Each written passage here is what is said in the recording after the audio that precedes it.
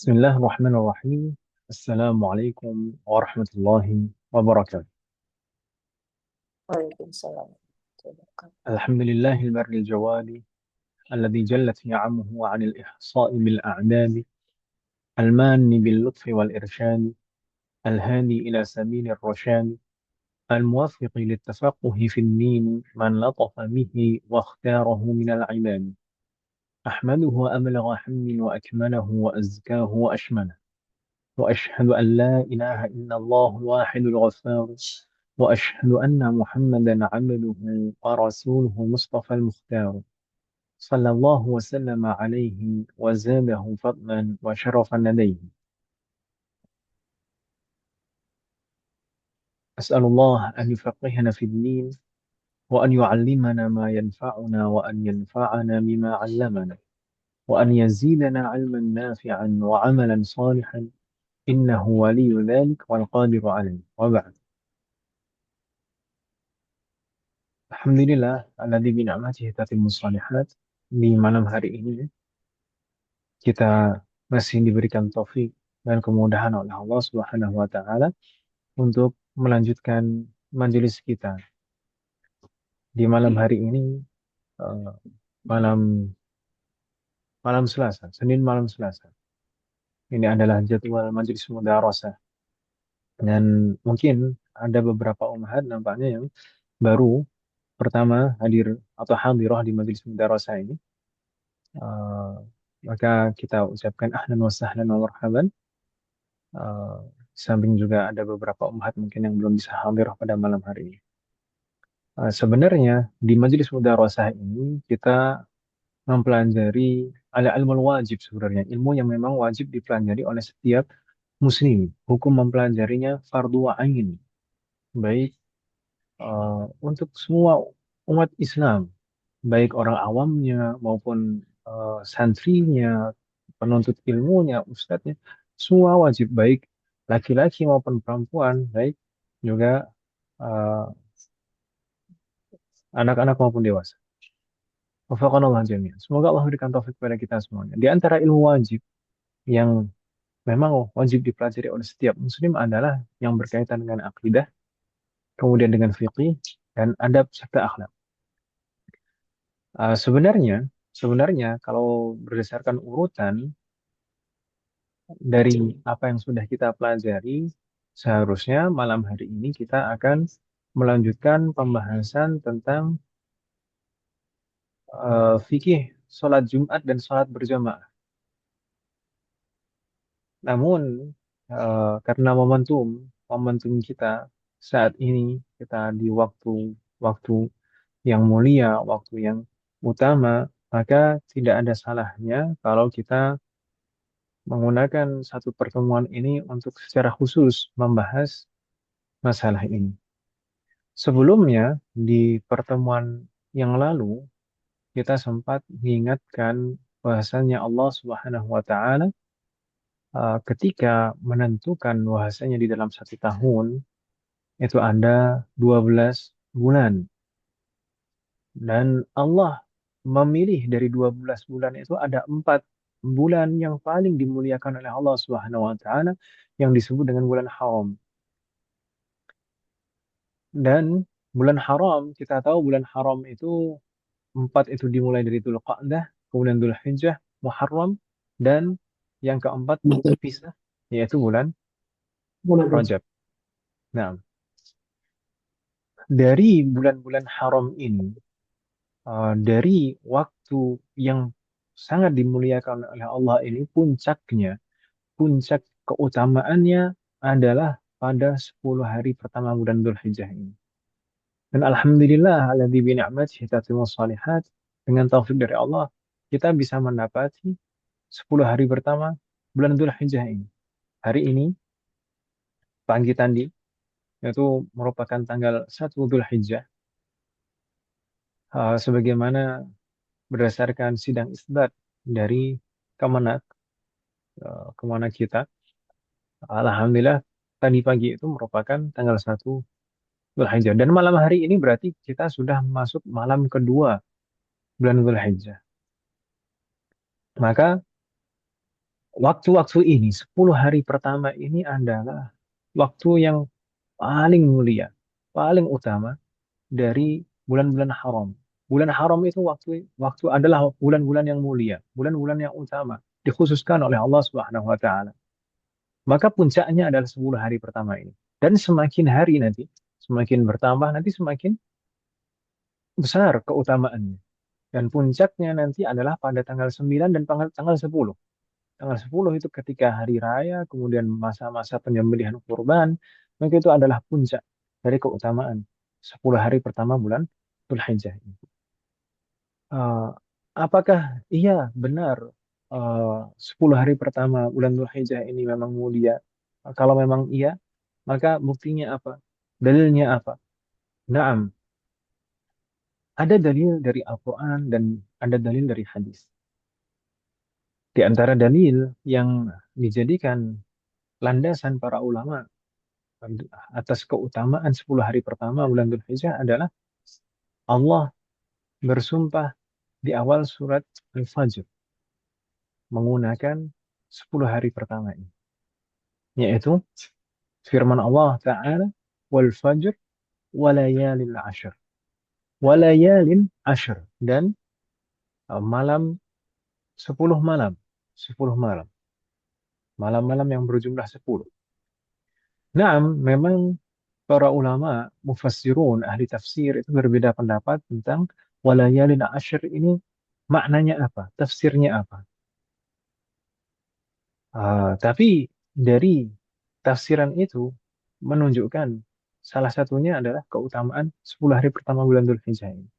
Karena di antara pendapat yang ada, 10 malam pertama, 10 malam yang dimaksud pada awal surat Al-Fajr itu walayalin ashr adalah 10 hari pertama bulan Dzulhijjah ini. Dan Allah tidak akan menggunakan makhluknya untuk sumpah kecuali ada keutamaan pada makhluk itu. Setiap kali Allah menggunakan makhluknya sebagai sumpah di awal-awal surat biasanya, maka hal itu menunjukkan keutamaan dari makhluk itu. Maka ketika disebutkan walayalin asyir kalau maksudnya adalah 10 hari pertama bulan Dzulhijjah, maka itu menunjukkan keutamaan 10 hari pertama bulan Dzulhijjah. Nah, di sana ada tafsir lain. Di sana ada tafsir lain yang eh, berarti di sini ada perbedaan pendapat tentang walayalin asyir. Nah, ada pendapat yang kedua yang menyebutkan bahwasanya walayalin asyr maksudnya adalah 10 hari, 10 malam terakhir bulan Ramadan. Maka di sana para ulama ada perbedaan pendapat. Mana yang lebih utama? Mana yang lebih utama dan lebih afdal antara 10 hari pertama bulan Dzulhijjah dan 10 hari terakhir bulan Ramadan? Mana yang lebih utama? Naam, ada yang mengatakan 10 hari pertama bulan Dzulhijjah itu lebih afdal. Ada yang mengatakan 10 hari terakhir bulan Ramadan itu lebih afdal. Namun ada pendapat yang ketiga, yang mana pendapat ketiga ini mengkompromikan, menggabungkan antara dua pendapat itu. Dan itu pendapat ketiga ini baik. Yaitu pendapat ketiga mengatakan bahwasanya kalau yang dimaksud malam, maka 10 malam terakhir bulan Ramadan itu lebih afdal. Karena di sana ada Lailatul Qadar. Tapi kalau yang dimaksud adalah siang harinya, dari mulai terbit matahari, terbit fajar, sampai terbenam matahari, maka 10 hari pertama bulan Dzulhijjah itu lebih afdal. Karena di sana banyak sekali ibadah-ibadah yang terkumpul di sana. Ibadah siang hari terutama. Wafaqanallah jami'an. Nah, itu uh, dalil dari Al-Quran. Adapun dalil dari hadis, maka sebenarnya ada beberapa riwayat yang menunjukkan keutamaan 10 hari pertama bulan Dzulhijjah. Di antaranya adalah sabda Rasulullah SAW, "Ma min ayyamin al-amalu salihu fihinna ahabbu ila Allah min ashri Dzulhijjah." Atau dalam redaksi yang lain disebut min hadzal ashr. Kemudian, nah kita artikan dulu, tidak ada hari-hari yang mana amal soleh di dalamnya lebih Allah cintai, melebihi 10 hari pertama bulan Dzulhijjah ini. Kemudian para sahabat sedikit terheran. Akhirnya para sahabat bertanya, "Ya Rasulullah, wal jihad fisabilillah." Wahai Rasulullah, apakah bahkan hal itu jika dibandingkan dengan jihad di jalan Allah? Maka Rasulullah menjawab, "Walal jihad fisabilillah." Bahkan kalau hal itu dibandingkan dengan jihad fisabilillah, jihad maksudnya berperang di jalan Allah. Jihad kita tahu jihad itu pahalanya besar sekali. Bahkan kalau dibandingkan dengan pahala jihad, pahala beribadah di 10 hari pertama bulan Dzulhijjah ini lebih besar. Namun ada lanjutannya. Illa rajulun kharaja binafsihi wa malihi falam yarji' min dzalika syai'. Kecuali seseorang yang berangkat berjihad di jalan Allah dengan seluruh jiwa dan hartanya dan tidak ada tidak ada sedikit pun yang kembali, tidak ada sedikit pun yang tersisa dari jiwa dan hartanya. Maka itu baru sebanding. Maka itu baru sebanding. Orang yang berjihad di jalan Allah dengan seluruh jiwa dan hartanya. Dan tidak ada yang kembali sedikit pun dari hal itu semua.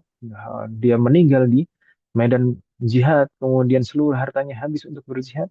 Maka itu baru sebanding dengan ibadah-ibadah, amal soleh di awal atau 10 hari pertama bulan Dzulhijjah. Maka dengan dalil-dalil ini kita mengetahui betapa luar biasanya, betapa besar keutamaan dari 10 hari pertama bulan Dzulhijjah. Ketika kita sudah mengetahui betapa utamanya 10 hari pertama bulan Dzulhijjah ini, maka hendaknya kita berusaha sekuat kita, semampu kita untuk memperbanyak amal soleh di dalamnya. Lalu amal soleh apa? Amal soleh apa yang hendaknya, yang baiknya kita perbanyak di dalamnya? Maka paling pertama, amal soleh yang paling pertama, yang hendaknya kita utamakan dan kita lakukan adalah memperbanyak istighfar dan taubat kepada Allah Subhanahu wa taala. Memperbanyak taubat dan taubat nasuha. Kenapa? Yang pertama adalah taubat. Mungkin ini juga saya sampaikan sebelum Ramadan. Kenapa? Yang harus kita siapkan, yang harus kita utamakan dalam beramal. Yang pertama adalah memperbanyak taubat. Karena di antara penghalang terbesar kita untuk melakukan banyak amal soleh adalah dosa-dosa kita. Di antara penghalang terbesar kita tidak bisa melakukan dan melaksanakan amal-amal soleh adalah dosa-dosa kita. Mungkin selama ini kita berat sekali untuk melaksanakan amal soleh. Apapun itu amal soleh. Bisa jadi karena dosa-dosa. Maka semoga Allah mengampuni semua dosa-dosa kita. Kita hendaknya memperbanyak taubat, taubat dan nasuha di momen-momen ini, di kesempatan-kesempatan ini. Apalagi di sana ada hadis yang diriwayatkan secara khusus bahwasanya hari-hari ini adalah hari-hari di mana Allah paling banyak mengampuni dosa-dosa dan menyelamatkan hamba dari api neraka. Maka ini momentum, momentum untuk kita memperbanyak taubat kepada Allah Subhanahu wa taala. Kemudian setelah memperbanyak taubat, amalan kedua yang hendaknya kita perbanyak adalah amalan-amalan wajib. Amalan-amalan wajib yang sifatnya apapun. Sebagaimana diriwayatkan oleh Al-Imam Al-Bukhari dari jalur sahabat Abu Hurairah radhiyallahu anhu, Rasulullah sallallahu alaihi wasallam bersabda, "Ma taqarraba ilayya." Ini hadisnya hadis qudsi. Rasulullah bersabda menceritakan firman Allah Subhanahu wa taala, "Ma taqarraba ilayya 'abdi bi syai'in ahabbu ilayya mimma aftaradtuhu alaihi." Tidaklah seorang hamba berusaha mendekatkan diri kepadaku, Tidaklah seorang hamba berusaha mendekatkan diri kepadaku dengan sesuatu amalan yang lebih aku cintai. Tidak ada amalan yang lebih aku cintai yang digunakan oleh hamba untuk mendekatkan diri kepadaku selain amalan-amalan wajib yang telah aku wajibkan kepadanya. Jadi amalan-amalan wajib itu adalah amalan-amalan yang paling Allah cintai, yang dijadikan seorang hamba untuk perantara mendekatkan diri kepada Allah Subhanahu wa taala. Maka hendaknya yang paling kita perhatikan adalah amal wajib terlebih dahulu sebelum amal-amal sunnah. Maka amal wajib itu seperti apa saja? Maka kita harus ingat, amalan itu tidak hanya sebatas amalan fisik. Amalan itu mencakup amalan hati, kemudian amalan fisik, dan amalan harta. Ada ibadah qalbiyah, ibadah hati, ada ibadah badaniyah, ibadah badan atau fisik, dan ada ibadah maliyah, ibadah harta. Maka di antara tiga macam ibadah itu, yang paling utama adalah ibadah hati. Yang paling afdol dan paling utama adalah ibadah hati. Karena ibadah hati berkaitan dengan keimanan. Ibadah hati itu berkaitan dengan keimanan. Maka hendaknya kita hendaknya kita memperhatikan keimanan kita. Betul-betul kita perkuat keimanan kita kepada Allah Subhanahu wa taala. Beriman kepada wujudullah, kepada sifat-sifat Allah, kepada asmaullah, kepada qada dan qadar. Bahasanya Allah adalah satu-satunya yang menciptakan kita, yang menguasai kita, dan mengatur segala sesuatu terkait dengan alam semesta ini. Maka dengan itu kita bisa menghadirkan banyak ibadah qalbiyah, banyak ibadah hati yang lain seperti syukur, sabar, qanaah. Semoga Allah memberikan taufik kepada kita semua. Kemudian beranjak setelah ibadah qalbiyah, setelah ibadah hati, maka di sana ada ibadah badaniyah. Para ulama bersepakat ibadah badan, ibadah fisik yang paling afdal dan yang paling utama adalah sholat fardu 5 waktu. Sholat fardu 5 waktu. Maka hendaknya kita lebih memperhatikan sholat fardu kita, sholat 5 waktu kita. Sebisa mungkin, sebisa mungkin kita sholat di awal waktu. Kalau kita bisa mengusahakannya sholat di awal waktu, maka sholat di awal waktu.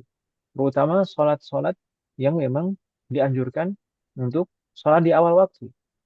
Karena memang ada beberapa yang dianjurkan untuk sedikit diakhirkan.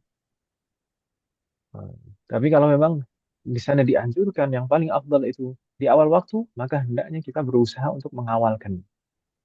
Kemudian sebisa mungkin dilaksanakan dengan berjamaah. Kalau kalau misalkan bisa berjamaah di masjid, maka itu lebih afdol. Dan kalau bisa jamaahnya lebih banyak, maka itu pahalanya lebih besar. Semakin banyak jamaahnya, maka semakin besar juga pahalanya.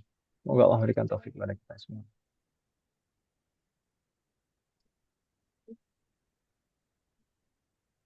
Kemudian di antara ibadah wajib yang bisa kita laksanakan di 10 hari pertama bulan Dzulhijjah ini adalah ibadah haji. Bagi yang belum melaksanakan ibadah haji dan mampu untuk melaksanakannya, maka berkewajiban untuk melaksanakan ibadah haji. Dan itu merupakan salah satu syiar yang paling besar dan paling utama di dalam agama kita. Maka kalau seseorang mampu bisa melaksanakan ibadah haji, maka hendaknya melaksanakan ibadah haji di masa-masa ini. Wafaqanallah jami'an. Kemudian kalau misalnya ini masih terkait dengan ibadah wajib ya, yang harusnya kita utamakan. Kalau misalnya di antara kita mungkin ada yang masih punya kewajiban mengqadha puasa Ramadan, misalkan qadha puasa Ramadannya belum selesai qadar Allah misalkan, maka ini adalah momen terbaik. Ini adalah momen terbaik, hari-hari terbaik untuk mengkodok puasa Ramadan. Nah, puasa Ramadan itu punya keutamaan tersendiri. Apalagi kalau misalkan dikodok di hari-hari ini. Maka akan mendapatkan dua keutamaan. Puasa Ramadannya dan waktu 10 hari pertama bulan Dzulhijjah. Dan misalkan ada pertanyaan, Ustaz, boleh tidak digabungkan niat di sana mengkodok puasa Ramadan dan juga melaksanakan sunnah puasa awal Dzulhijjah?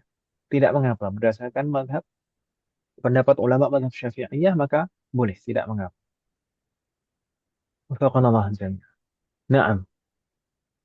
Lalu setelah kita memperhatikan amalan-amalan wajib kita, maka kita beranjak ke amalan-amalan sunnah.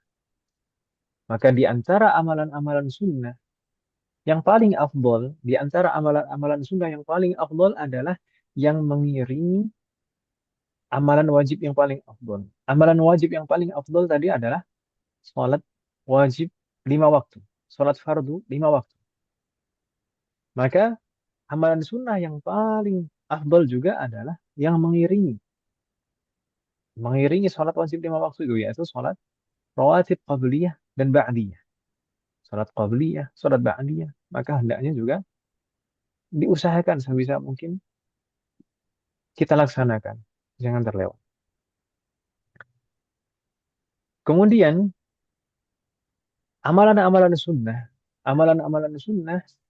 yang hendaknya kita perhatikan dan kita utamakan juga di 10 hari pertama bulan Dzulhijjah ini adalah amalan-amalan sunnah yang memang secara nas, secara teks dianjurkan oleh Rasulullah SAW. Apa itu? Di antaranya adalah memperbanyak zikir, memperbanyak zikir. فَأَكْثِرُوا فِيهِنَّ مِنَ التَّهْلِيلِ وَالتَّكْبِيرِ وَالتَّحْمِيدِ. Nah, setelah Rasulullah menjelaskan bahwasanya ini adalah hari-hari yang paling utama, yang paling dicintai oleh Allah Subhanahu wa taala untuk beramal soleh di dalamnya, maka Rasulullah di akhir menyebutkan fa'aksiru fihinna, maka perbanyaklah di dalamnya minat tahlil, memperbanyak tahlil la ilaha illallah, itu yang paling afdal. Wa takbir, memperbanyak takbir Allahu akbar, wa tahmid, dan membaca hamdah. Wafaqanallah jami'an. Semoga Allah memberikan taufik kepada kita semua. Maka sebisa mungkin kita memperbanyak zikir. Zikir. Jangan jangan sampai lisan kita hanya misalkan berlalu waktu-waktu begitu saja tanpa lisan kita terbasahi oleh zikir. Ya sebisa mungkin ketika perjalanan, ketika duduk santai, uh, ketika melaksanakan aktivitas apapun, misalkan ibu-ibu ketika memotong sayuran, ketika memasak, maka sebisa mungkin memperbanyak zikir saat itu. Dan di sana mungkin saya sampaikan kemarin, eh, ada ada trik di sana, ada trik sebagaimana yang Rasulullah ajarkan kepada salah satu istri beliau, eh, yaitu trik agar kita bisa berzikir dengan jumlah yang sangat banyak sekali, meskipun dalam waktu yang singkat, yaitu dengan mengikuti zikir-zikir kita dengan lafaz adada khalqihi wa ridha nafsihi wa zinata arshihi wa midada kalimat. Misalkan kita melafadzkan tahlil la ilaha illallah wahdahu la syarika lah lahul mulku wa lahul hamdu wa huwa ala kulli syai'in qadir adada khalqihi wa ridha nafsihi wa zinata arshihi wa midada kalimatih. Maka uh, kita sebanding dengan berzikir dengan jumlah yang sangat banyak sekali meskipun dalam waktu yang singkat. Karena artinya adada khalqihi adalah sebanyak makhluk ciptaan Allah. Semua makhluk ciptaan Allah, baik makhluk yang saat ini sedang hidup maupun sudah meninggal maupun yang akan hidup di masa akan datang. Baik makhluk yang hidup di permukaan bumi atau makhluk yang sangat kecil, tidak nampak eh, di berbagai belahan bumi, atau juga makhluk-makhluk yang ada di langit. Dan makhluk itu tidak hanya sebatas makhluk hidup, semua benda-benda yang ada itu semuanya ada makhluk ciptaan Allah Subhanahu wa taala. Sebanyak itu adada khalqihi, sebanyak makhluk ciptaan Allah. Adada khalqihi wa ridha nafsihi, dan sebanyak ridha Allah, sampai Allah ridha. Wa zinata arsyihi, dan seberat arshnya Allah, seberat arsh, singgasananya Allah. Sebagaimana kita tahu, arsh Allah itu dipikul oleh salah satu malaikat yang ukurannya sangat besar sekali. Bahkan digambarkan, diceritakan di sana, saking besarnya ukurannya itu, jarak antara ujung telinga bawahnya sampai pundaknya itu adalah sejauh perjalanan seekor burung selama 700 tahun. Maka sangat besar sekali. Berarti arsh Allah itu sangat berat sekali. Yang memikul harus malaikat sebesar itu, maka arsh Allah itu sangat berat sekali. Dan kita berzikir dengan harapannya, zikir kita dengan kualitas seperti itu. Wazinata arsyihi wa midada kalimati. Dan sebanyak kalam Allah. Kalam Allah juga tidak terbatas. Maka sebisa mungkin, sebisa mungkin kalau setiap kali kita berzikir, diikuti dengan lafaz itu. Adada khalqihi, wa ridha nafsihi, wa zinata arsyihi, wa midada kalimat. Ini adalah yang diajarkan oleh Nabi kita Muhammad SAW kepada salah satu ibunda kita, salah satu istri beliau, radhiyallahu anha. Karena pada saat itu uh, salah satu istri beliau ini didapati ketika pagi hari setelah sholat subuh berzikir, duduk, duduk di tempat sholatnya berzikir. Kemudian selang beberapa lama Rasulullah melihat lagi, ternyata masih zikir lagi. Ketika duha dilihat lagi, masih zikir lagi. Nah, ketika sampai mau menjelang zuhur masih zikir juga, sampai akhirnya diajarkan lafaz ini oleh Rasulullah. Untuk sebagai pengganti, berzikir dengan zikir yang banyak tidak harus menghabiskan waktu yang banyak, maka ikuti dengan lafaz itu. Semoga Allah memberikan taufik kepada kita semua. Kemudian di antara ibadah yang hendaknya kita perbanyak juga di dalamnya adalah puasa. Tadi sholat sudah, ya. Sholat, kemudian zikir, kemudian puasa. Nah, berpuasa di awal bulan Dzulhijjah, 10 hari pertama bulan Dzulhijjah ini keutamaannya sangat luar biasa. Apalagi kalau, dan tadi sebagaimana saya sampaikan, kalau misalkan masih punya qada Ramadan, maka hendaknya dikerjakan sekarang. Ini adalah waktu yang utama untuk mengerjakannya. Uh, maka sebisa mungkin di 10 hari pertama bulan Dzulhijjah ini kita memperbanyak puasa.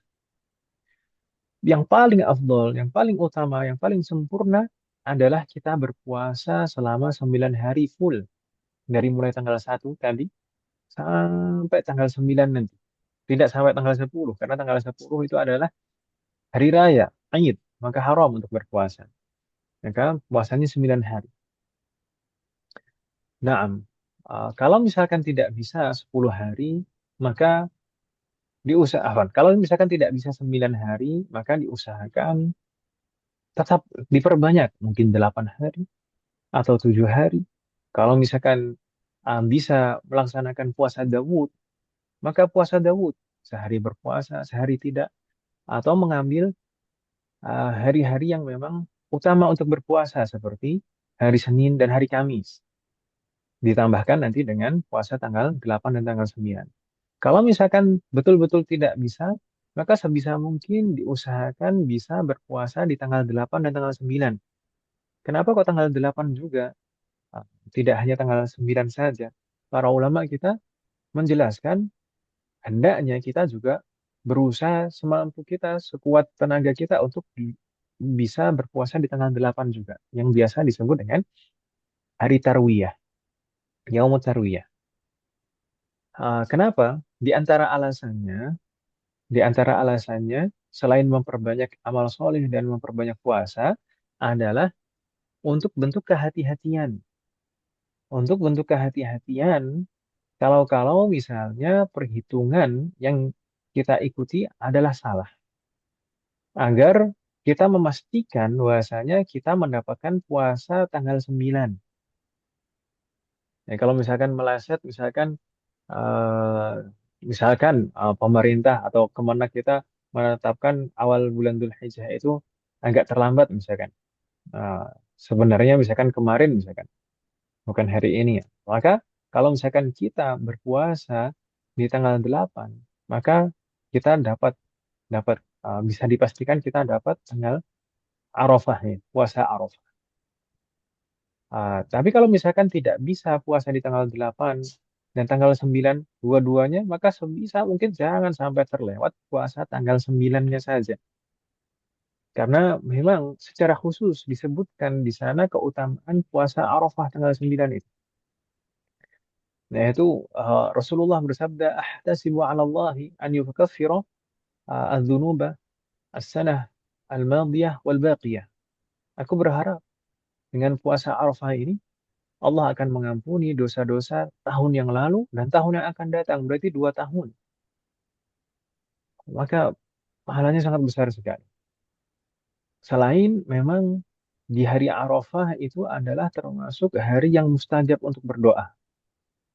Maka nanti kalau misalkan digabungkan antara waktu yang mustajab, kemudian kondisi yang mustajab, kondisi itu maksudnya seseorang dalam kondisi berpuasa adalah kondisi yang mustajab untuk berdoa. Maka kalau digabungkan dua hal itu, maka akan menjadi keutamaan yang sangat luar biasa. Semoga Allah memberikan taufik kepada kita semua.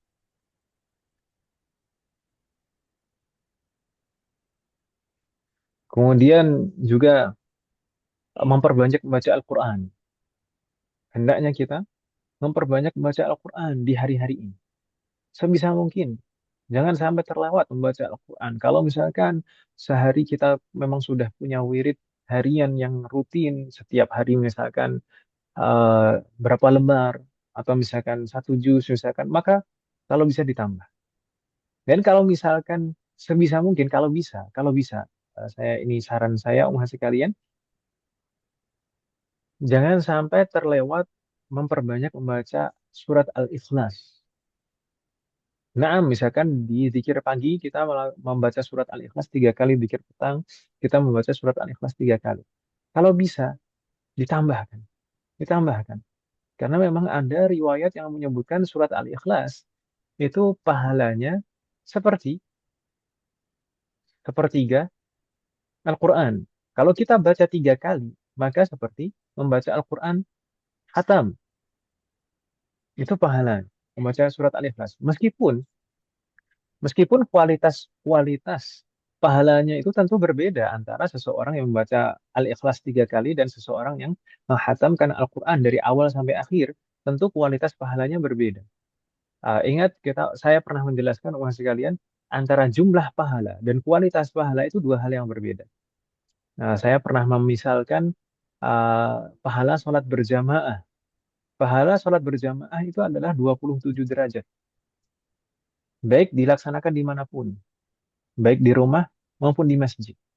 Namun, 27 derajat yang di rumah itu tidak sama dan tidak sebanding dengan pahala jamaah 27 derajat yang dilaksanakan di masjid. Tentu, pahala yang di masjid itu lebih lebih berkualitas, meskipun sama-sama 27 derajat. Gitu ya, Ibu Wina, Ibu sekalian ya. Wafaqanallah jami'an.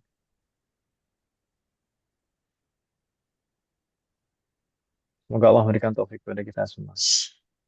Nah, memperbanyak membaca Al-Quran, kemudian juga memperbanyak sodakoh. Ini ibadah maliyah yang terakhir. Memperbanyak sodakoh. Dan nanti puncaknya dari rangkaian amal soleh, puncak dari rangkaian amal soleh 10 hari pertama bulan Dzulhijjah nanti ada di tanggal 10 itu, ketika sholat Id dan melaksanakan ibadah kurban. Maka ibadah kurban itu nanti ada dua ibadah sekaligus, yaitu ibadah maliyah dan ibadah badaniyah.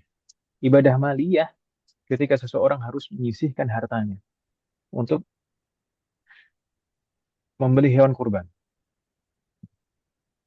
Kemudian nanti disedekahkan. Ibadah badaniyah ketika dia menyembelih. Karena memang uh, inti dari inti dari ibadah kurban itu saat menyembelihnya itu. Itu yang disebut udhiyah. Disebut mengkorbankan hewan ternak. Uh, adapun adapun membagi-bagikan membagi-bagikan daging yang hewan yang telah disembelih tadi, maka itu adalah ibadah sedekah. Wafaqanallahu azza. Namun sebelum kita membahas tentang kurban, di sana juga ada ibadah yang sangat utama, yaitu takbir.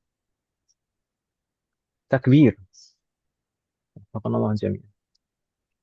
Takbir di setiap kali momen-momen Id, momen-momen Lebaran atau hari raya, itu ada takbir yang disunahkan.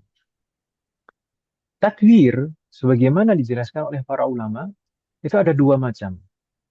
Ada yang disebut dengan takbir mutlak, atau juga ada yang menyebutnya dengan istilah takbir mursal. Itu yang pertama. Sedangkan yang kedua disebut dengan takbir muqayyad. Muqayyad. Ada dua macam takbir. Takbir mutlak atau mursal, kemudian takbir muqayyad. Takbir mutlak atau takbir mursal itu maksudnya apa? Mutlak atau mursal itu kalau diartikan secara bahasa artinya tidak terikat. Maksudnya tidak terikat dengan waktu-waktu sholat. Tidak ada batasan waktu-waktu sholat. Berbeda halnya dengan takbir muqayyad. Takbir muqayyad itu adalah takbir yang disunahkan di waktu-waktu sholat. Terutama setelah melaksanakan sholat. Takbir mursal, takbir mursal itu ada di hari raya Idul Fitri dan juga ada di hari raya Idul Adha. Itu mengiringi keduanya. Berbeda halnya dengan takbir muqayyad. Takbir muqayyad itu ada di Idul Adha saja. Lalu batasan waktunya bagaimana? Kapan permulaannya dan kapan selesainya? Takbir kita mulai dengan takbir mutlak atau takbir mursal terlebih dahulu. Takbir mutlak atau takbir mursal yang tidak terikat dengan waktu-waktu sholat. Maka permulaannya, kalau menurut pandangan ulama Syafi'iyah, itu permulaannya sama. Baik Idul Adha maupun Idul Fitri, permulaannya sama. Yaitu sejak matahari terbenam di malam Id, di malam hari raya. Sejak matahari terbenam di malam hari raya. Maka itu adalah permulaan waktu takbir mutlak atau takbir mursal. Ini berbeda dengan pendapat ulama Hanabilah. Di dalam mazhab Hambali, takbir mutlak itu dimulai dari tanggal 1. Seperti ini tadi. Ya, kalau menurut mazhab Hambali, dimulai dari tanggal 1. Kalau menurut mazhab Syafi'i, maka dimulainya setelah terbenam matahari di malam Id. Wafaqanallahu jami'an. Karena takbir, yang dimaksud takbir ini adalah takbir yang memiliki redaksi khusus. Yang biasa kita dengar saat malam Lebaran. Allahu Akbar, Allahu Akbar, Allahu Akbar. La ilaha illallah. Allahu Akbar, Allahu Akbar. Walillahil hamd. Allahu Akbar kabira. Walhamdulillahi kathira. Wa subhanallahi bukratan wa asila. La ilaha illallah wahdah, sadaqa wa'dah, wa nasara 'abdah, wa a'azza jundah, wa hazama al-ahzaba wahdah. Ini redaksi takbir yang khusus. Redaksi takbir yang khusus. Menurut ulama Syafi'iyah, redaksi takbir yang khusus ini mulai diperbanyak. Disunahkan untuk memperbanyak takbir ini adalah setelah terbenam matahari malam Id, malam hari raya. Kalau di dalam mazhab Hambali, sejak tanggal 1. Meskipun demikian, bukan berarti di dalam mazhab Syafi'i itu tidak menganjurkan untuk memperbanyak zikir. Memperbanyak zikir di kapan? Di 10 hari pertama dari mulai tanggal 1. Nah, di dalam mazhab Syafi'i tetap memperbanyak zikir. Dianjurkan memperbanyak zikir. Zikir apapun. Nah, tadi sebagaimana disebutkan di dalam hadis. Fa'aksiru minat tahlil. Yaitu memperbanyak tahlil la ilaha illallah. Kemudian tahmid. Kemudian takbir. Wafaqanallah jami'an.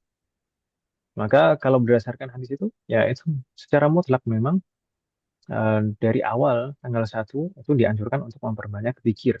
Bukan takbir secara khusus. Dengan redaksi khusus tadi. Yang takbir yang dengan redaksi khusus tadi, kalau di dalam mazhab Syafi'i dimulainya setelah terbenam matahari malam hari raya. Gitu ya Om Had ya. Lalu sampai kapan? Sampai kapan berlangsung takbir mursal atau takbir mutlak itu tadi? Sampai kapan berlangsungnya?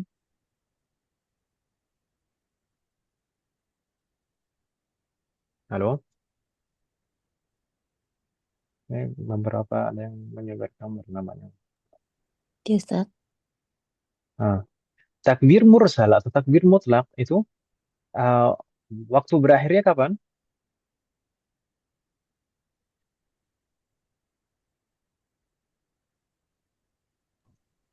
Ya, itu yang ya apa? Kalau di dalam mazhab Syafi'i, takbir mutlak atau takbir mursal itu berhentinya pas habis waktunya ketika imam sholat Id mulai takbiratul ihram. Ketika imam sholat Id mulai Allahu Akbar, maka sudah selesai waktu takbir mutlak atau takbir mursal tadi. Atau kalau misalkan sholatnya tidak berjamaah, sholat Idnya tidak berjamaah, tapi sholat Idnya sendiri, maka sebelum dirinya mulai takbiratul ihram. Nah, itu waktu takbir mursal.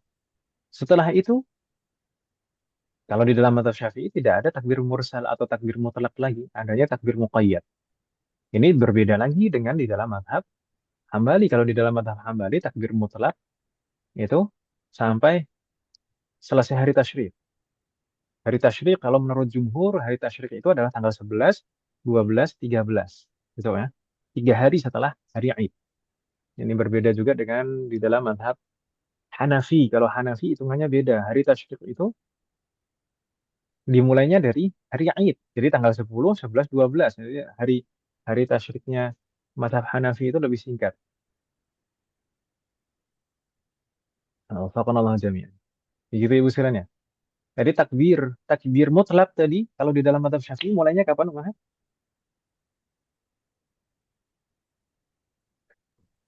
Setelah Halo. matahari terangkat Syafi'i. Matahari tenggelam malam hari raya.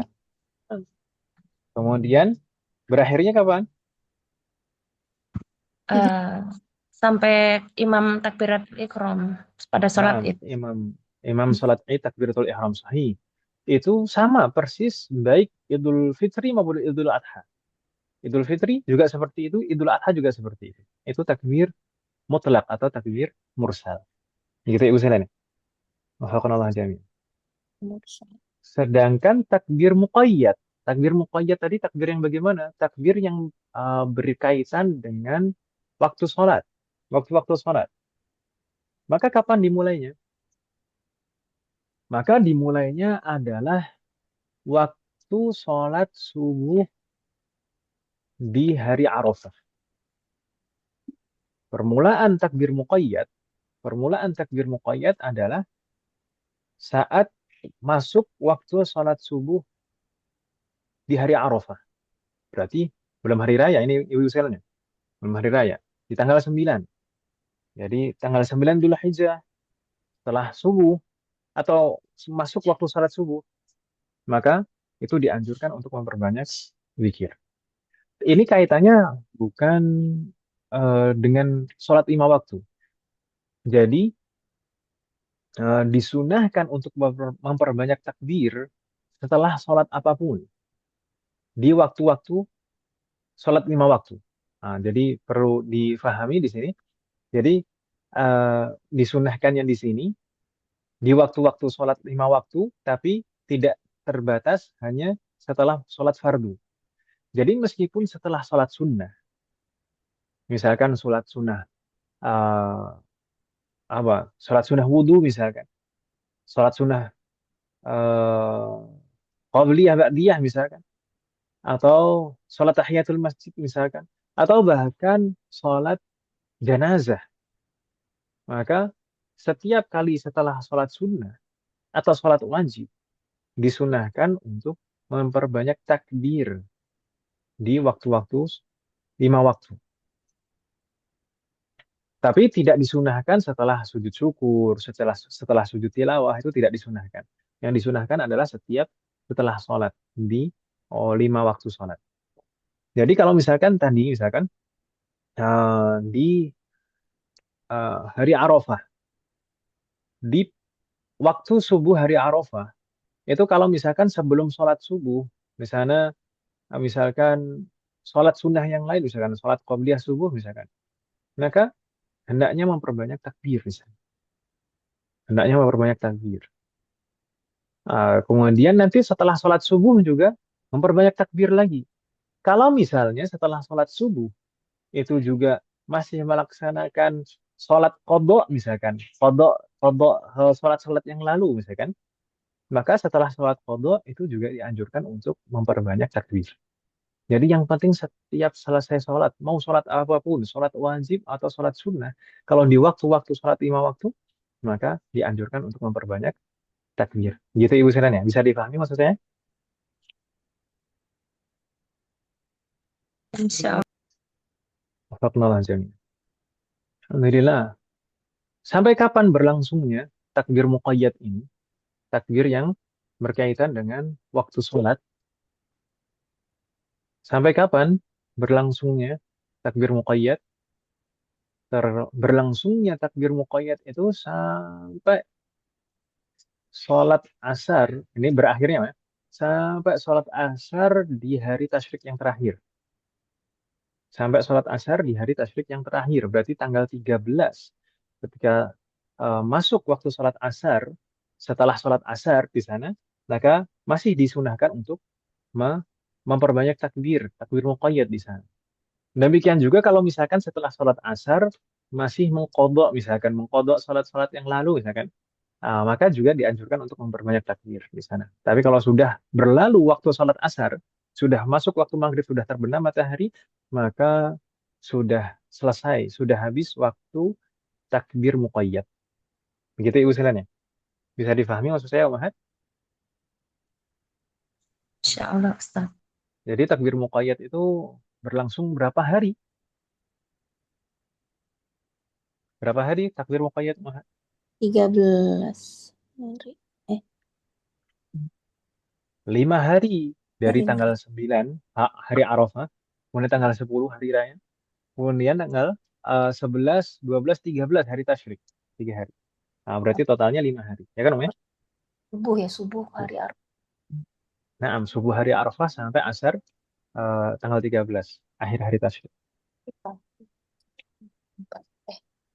Lima. Tiga, empat.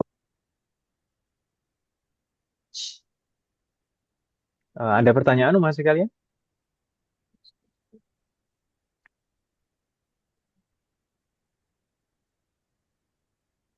Tidak ada? Nggak ada Ustaz.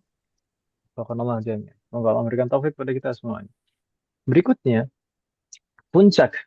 puncak dari 10 hari pertama bulan Dzulhijjah adalah tanggal 10. Di tanggal 10 di sana ada sunnah untuk melaksanakan hari raya. Dan ada sunnah yang sangat besar juga, yaitu melaksanakan ibadah kurban. Apa hukum ibadah kurban, umat sekalian? Maka ibadah kurban itu hukumnya adalah sunnah muakkadah. Sunnah muakkadah ini berdasarkan pendapat jumhur dari mazhab Syafi'i, Maliki, dan Hambali. Apakah ada yang mengatakan wajib? Naam, saking utamanya ibadah ini bahkan ada yang berpendapat wajib. Di antara yang mengatakan wajib adalah ulama Hanafiyah. Hanafiyah, ulama dari uh, mazhab Hanafi, ulama dari kalangan mazhab Hanafi, mereka berpendapat bahwasanya ibadah kurban itu wajib. Sedangkan selain mazhab Hanafi, berpendapat ibadah kurban adalah sunnah muakkadah. Meskipun sunnah tapi muakkadah, sangat dianjurkan. Sampai-sampai sampai-sampai Rasulullah pernah bersabda, "Man wajada 'indahu sa'atan wa lam yudhhi fala yaqrabanna musallana." Siapapun yang mendapati kelapangan di hari Idul Adha itu, siapapun yang mendapati kelapangan pada dirinya tapi enggan untuk melaksanakan ibadah kurban, maka jangan mendekati tempat sholat kami. Maksudnya jangan ikut sholat id. Faqalallah azim. Wala yaqrabanna musallana. Wafaqanallah jami'an. Dari sinilah para ulama berpendapat bahwasanya ibadah kurban itu sunnah muakkadah. Meskipun sunnah tapi sangat dianjurkan. Terutama bagi yang memiliki kelapangan. Semoga Allah memberikan taufik dan pertolongan kepada kita semuanya untuk bisa melaksanakan ibadah kurban. Baik. Berikutnya ada beberapa ayat juga yang menunjukkan eh, ibadah kurban ini bagian dari syariat Islam. Di antaranya adalah disebutkan di dalam surat Al-Kautsar ayat 2, "Fashalli li rabbika wanhar." Wanhar. Fashalli li rabbika wanhar. Dan salatlah pada Rabbmu dan inhar. Inhar itu artinya sembelihlah. Meskipun di sana ada kata lain dzabah yadzbahu idzbah. Di sini yang disebutkan adalah nahar. Nahar. Dan mungkin juga ini sebagai isyarat bahwasanya eh, kurban yang paling afdal adalah unta. Karena yang disebutkan nahar. Nahar itu sebenarnya adalah cara cara menyembelih unta itu disebut nahar. Sedangkan kalau untuk sapi, kambing, dan lain-lain sebutannya dzabah. Dzabah.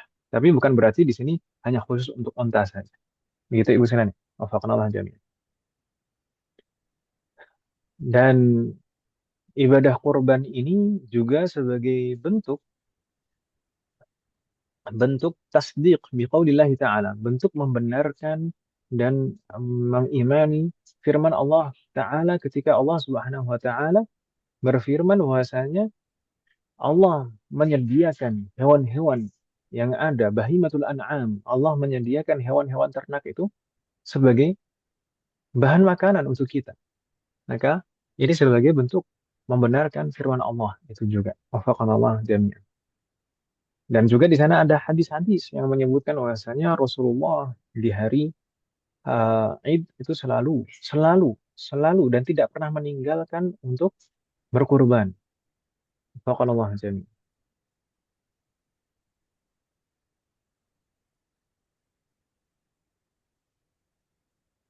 Nah, di antara hadis yang disebutkan adalah Rasulullah Sallallahu Alaihi Wasallam berkurban di sana. Nah, disebutkan oleh sahabat Anas dari riwayat Al-Imam Muslim dari jalur sahabat Anas radhiyallahu anhu. Anas bin Malik adalah eh, sahabat yang selalu menyertai Rasulullah yang membantu di rumahnya. Sahabat Anas radhiyallahu anhu bercerita, "Dhahan Nabi sallallahu alaihi wasallam bikabshaini amlahaini aqranaini ذبحهما بيده الكريمة وسمى وكبر ووضع رجله المباركة على sofa ala sofahihima. Nah, kata. Jadi Rasulullah SAW berkurban, dhaha, bikabsyain, berkurban dengan dua kambing. Dua kambing amlahain yang sangat gemuk, aqranaini yang bertanduk. Dzabahahuma biyadihil karimah, yang mana beliau menyembelihnya dengan tangan beliau sendiri, tangan beliau yang mulia. Wasamma, dan beliau memulai dengan basmalah, wa kabbara, dan takbir. Jadi bismillah, Allahu Akbar. Itu di antara sunnah saat menyembelih. Sunnah, bukan wajib. Wa wada'a rijlahu al-mubarakah ala safahihima. Dan beliau meletakkan kedua kakinya di antara beliau meletakkan kedua kakinya di atas pundak, di atas pundak hewan sembelihannya itu.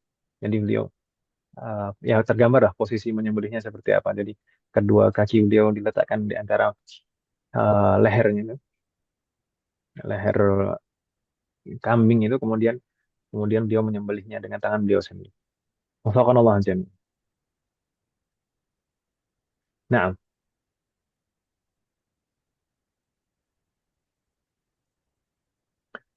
setelah kita mengetahui hukum berkurban, maka hewan apa saja yang bisa dijadikan sebagai hewan kurban? Hewan apa saja yang bisa dijadikan sebagai hewan kurban? Maka empat madhab bersepakat. Empat madhab bersepakat yang bisa dijadikan kurban hanya ada tiga macam hewan. Yang pertama, ibil, yaitu onta, dengan segala jenis onta, mau onta jenis apapun. Kemudian yang kedua adalah al-baqar atau sapi, dengan segala jenis sapi, mau sapi apapun. Mau jamus atau kerbau, atau mau sapi macam apapun, mau lemosin, mau sapi Bali, mau sapi apapun, dengan segala jenis macamnya. Yang penting sapi. Ah, Kemudian yang ketiga adalah al-ghanam. Ghanam itu kambing, baik dari jenis do'an, do'an itu domba, atau ma'iz. Ma'iz itu kambing, kambing, kambing biasa yang selain domba. Apa istilahnya? Kambing apa? Seperti jenis kambing Jawa, kambing Etawa, kambing, bukan domba. Nah, itu masuk kategori al-ghanam. Nah, hanya kategori hewan itu saja yang boleh untuk dijadikan hewan kurban. Ini menurut pendapat empat mazhab. Empat mazhab bersepakat kalau dalam masalah ini. Meskipun di sana ada riwayat, ada ulama yang menyebutkan uh, kalau tidak salah Al-Imam Hasan Al-Basri, kalau tidak salah. Al-Imam Hasan Al-Basri termasuk kalangan salaf juga. Nah, beliau menganjurkan bagi siapapun yang betul-betul tidak bisa membeli hewan kurban dari unta, kambing, atau sapi, maka kalau misalkan bisa menyembelih hewan apapun seperti ayam, bebek, atau semacamnya, maka sembelih di sana dan diniatkan untuk taqarrub, mendekatkan diri kepada Allah. Itu kalau menurut Al-Imam Hasan Al-Basri tidak masalah. Beliau menganjurkan seperti itu. Tapi ini keluar dari pendapat empat madhab. Empat madhab, korban itu hanya boleh hewan ternak. Dan perlu digarisbawahi, dari tiga jenis tadi, dari tiga jenis, onta, sapi, dan kambing, itu harus hewan ternak.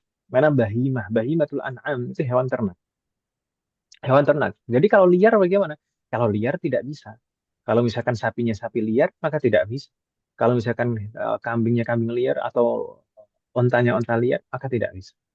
Harus yang diternak. Begitu Ibu Selem. Semoga Allah memberikan taufik kepada kita semua. Kemudian, apakah ada ketentuan dari hewan-hewan ini? Naam, ada ketentuan dari hewan-hewan ini. Kalau kita mulai dari unta. Kalau unta, mungkin wah sekalian ada yang mau kurban unta. Unta itu harus genap usia 5 tahun, masuk di tahun ke-6. Itu kalau unta. Itu paling paling tua ini apa namanya? eh, Syaratannya usianya yang paling tua adalah unta. Harus mencapai genap 5 tahun, masuk di tahun ke-6. Adapun sapi, maka sapi itu harus genap usia 2 tahun dan masuk di tahun ketiga. Itu kalau sapi. Harus genap usia 2 tahun, masuk tahun ketiga. Itu ya Bu Sanan ya. Kalau kambing bagaimana?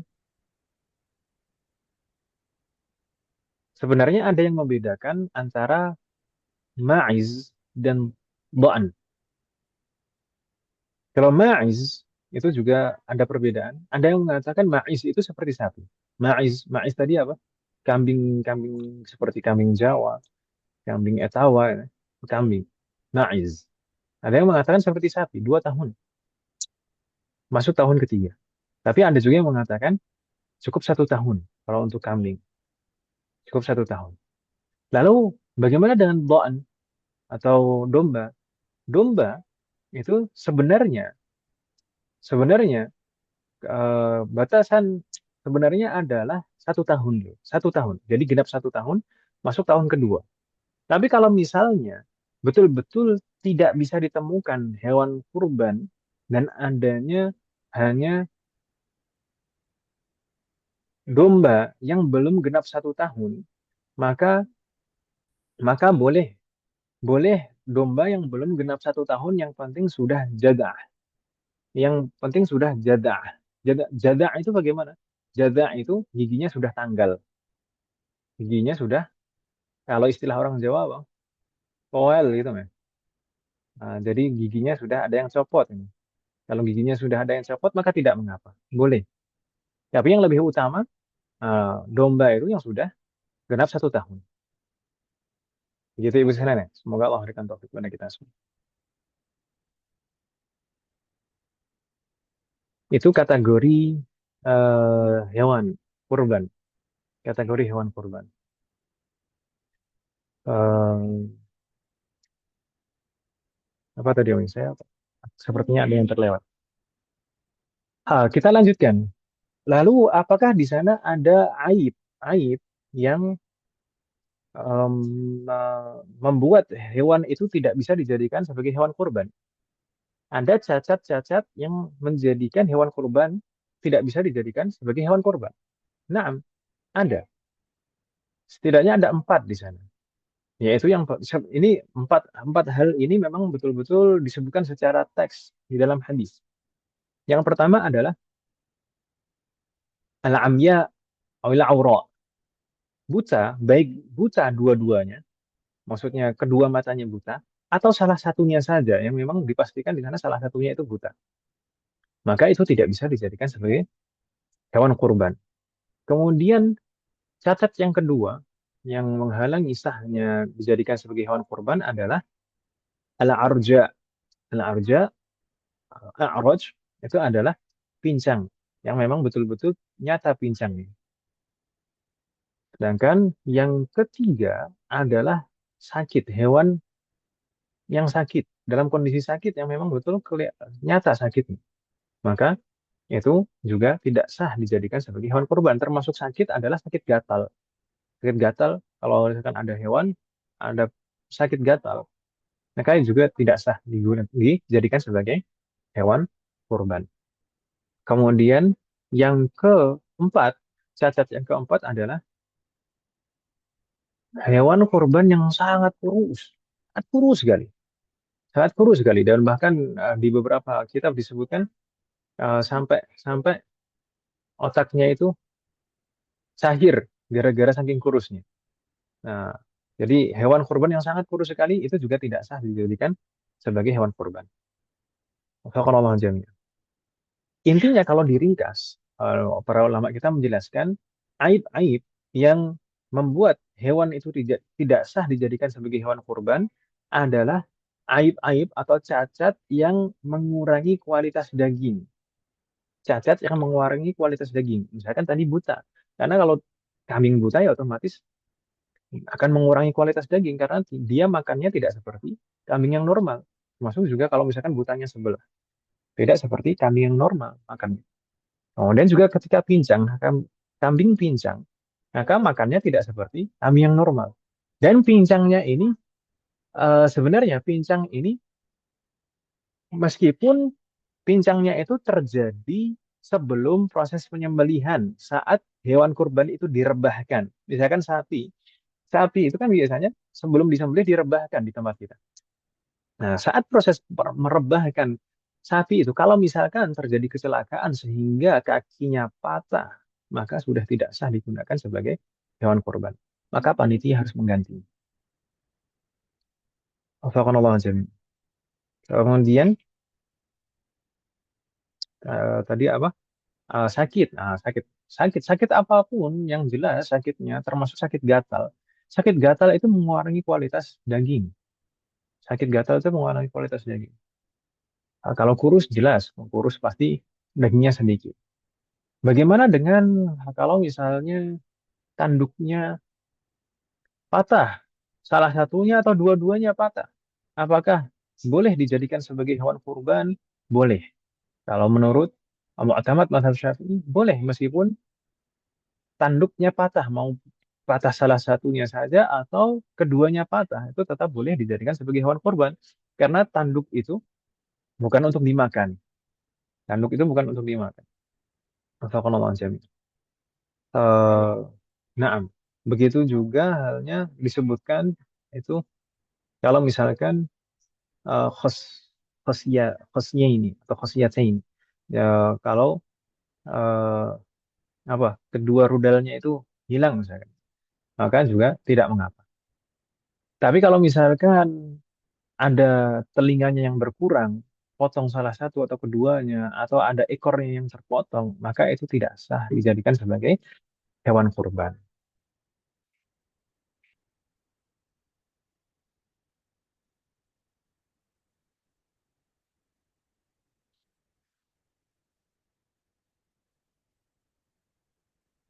Ada pertanyaan masih kalian? Oh ya, begini. Eh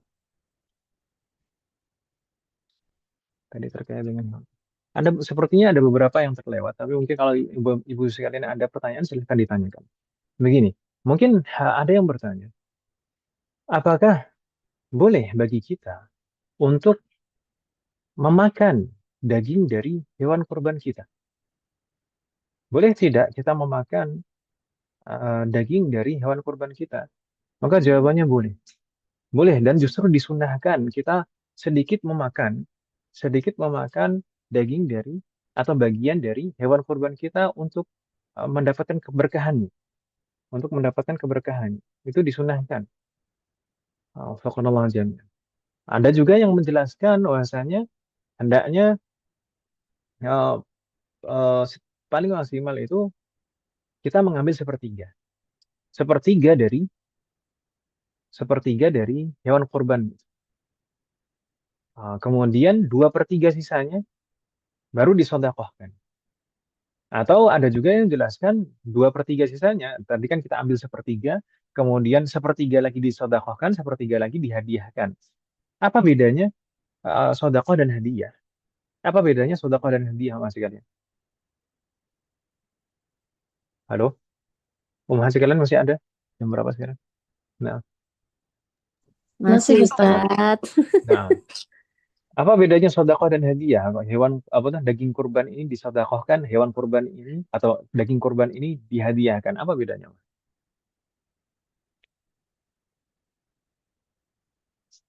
Kalau sodakoh, disebut sodakoh, itu kalau diberikan kepada fakir miskin, itu baru disebut sodakoh. Kalau diberikan kepada orang yang mampu, orang kaya, maka itu namanya bukan sodakoh, itu artinya hadiah. Gitu ya, Bu Silanya. Bisa difahami maksud saya, Om Ahad? Iya Ustadz. Nah, eh, namun ada juga sebagian ulama yang mengatakan bahwasanya yang lebih afdol lagi dari itu ya disodakohkan semuanya. Ini. Namun, ada kadar minimal di sana memang. Jadi dari hewan kurban kita itu harus ada bagian yang disodakohkan. Dari hewan kurban kita itu harus ada bagian yang disodakohkan. Harus, wajib itu. Wajib. Jadi ibadah kurban itu intinya adalah ketika kita menyembelih, me- mengalirkan darah itu. Bahkan disebutkan di dalam riwayat bahwasanya ketika kita menyembelih hewan kurban itu, sebelum darah jatuh di tanah, maka pahala pahala menyembelih hewan kurban itu sudah sampai di sisi Allah Subhanahu wa taala. Maka sebenarnya inti dari hewan ibadah kurban adalah saat menyembelih itu. Namun di sana juga ada ketentuan-ketentuan, di antaranya harus ada bagian yang disodakohkan. Harus ada bagian yang disodakohkan. Dan tidak cukup kalau misalnya semuanya dihadiahkan. Jadi satu hewan kurban, satu kambing atau satu sapi misalkan hanya dibagi-bagikan kepada orang yang mampu saja. Maka itu tidak sah. Karena ada kewajiban di sana. Kewajiban setidaknya ada sebagian yang disodakohkan. Gitu Ibu sekalian. Dan dan satu lagi sodakohnya harus berbentuk daging mentah. Sodakohnya harus berbentuk kambing mentah.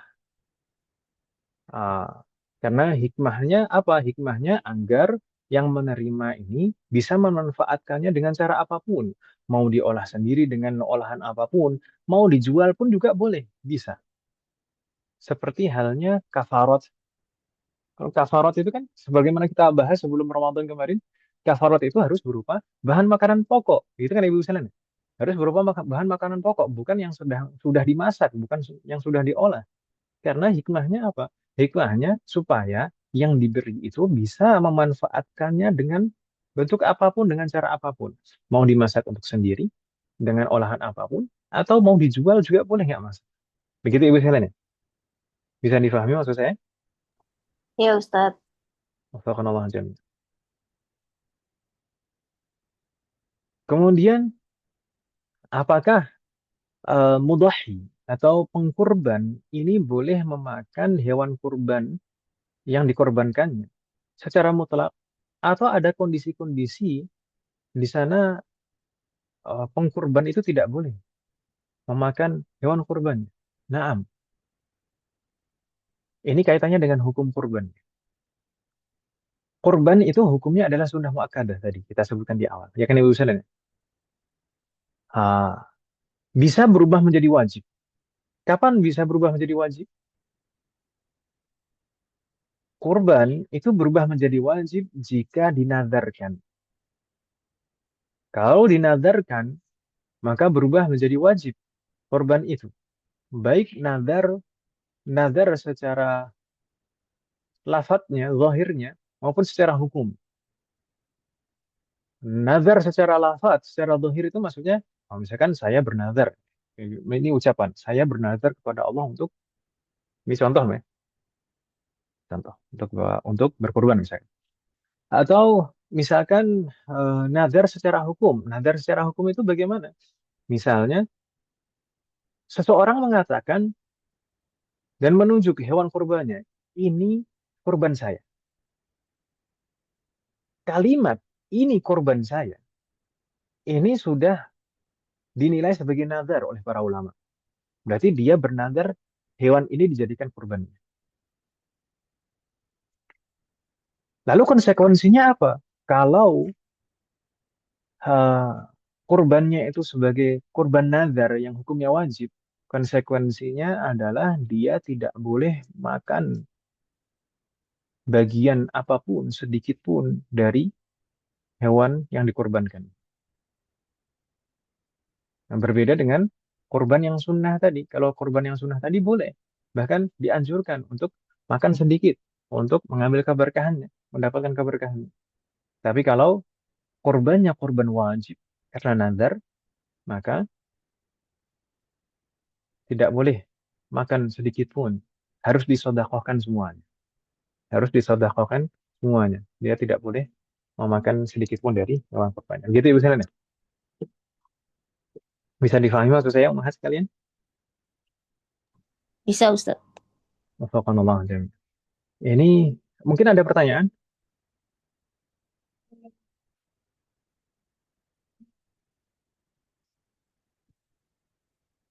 Tidak ada pertanyaan, ya? Baik.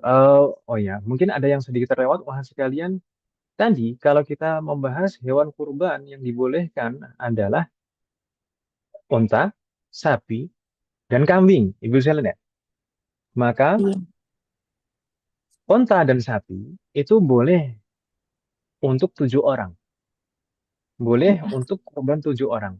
Meskipun yang paling afdol ya tentu satu hewan untuk satu orang.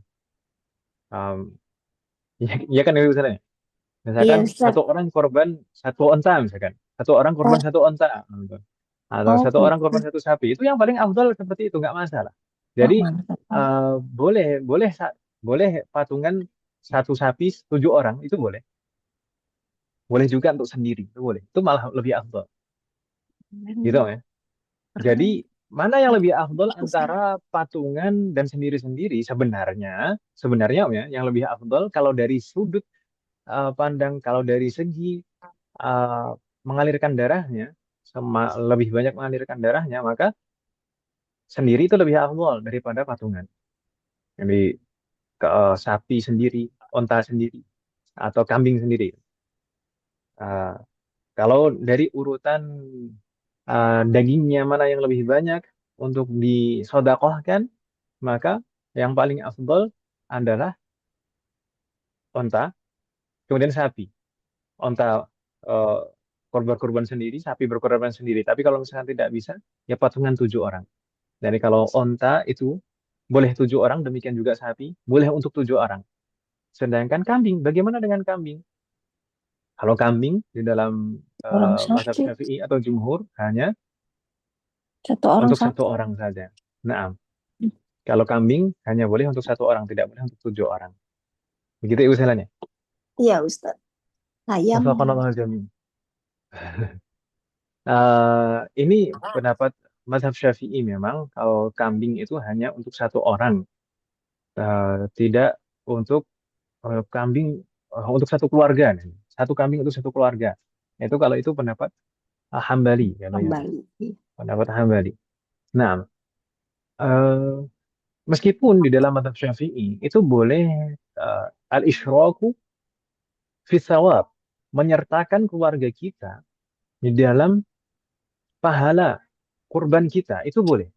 Jadi bukan berarti kurbannya ini untuk atas nama menggugurkan menggugurkan sunnah muakkadahnya untuk satu keluarga, bukan seperti itu.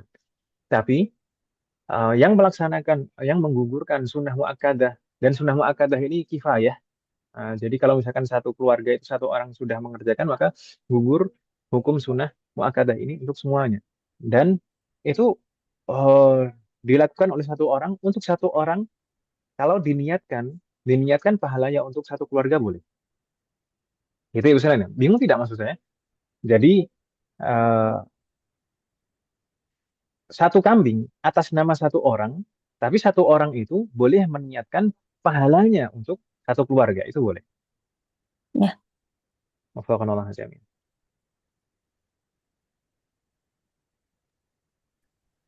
Ustadz mau nanya, Ustadz. Jadi eh tunggu sebentar, Om, ya. Tunggu sebentar daripada nanti agak kepotong jauh.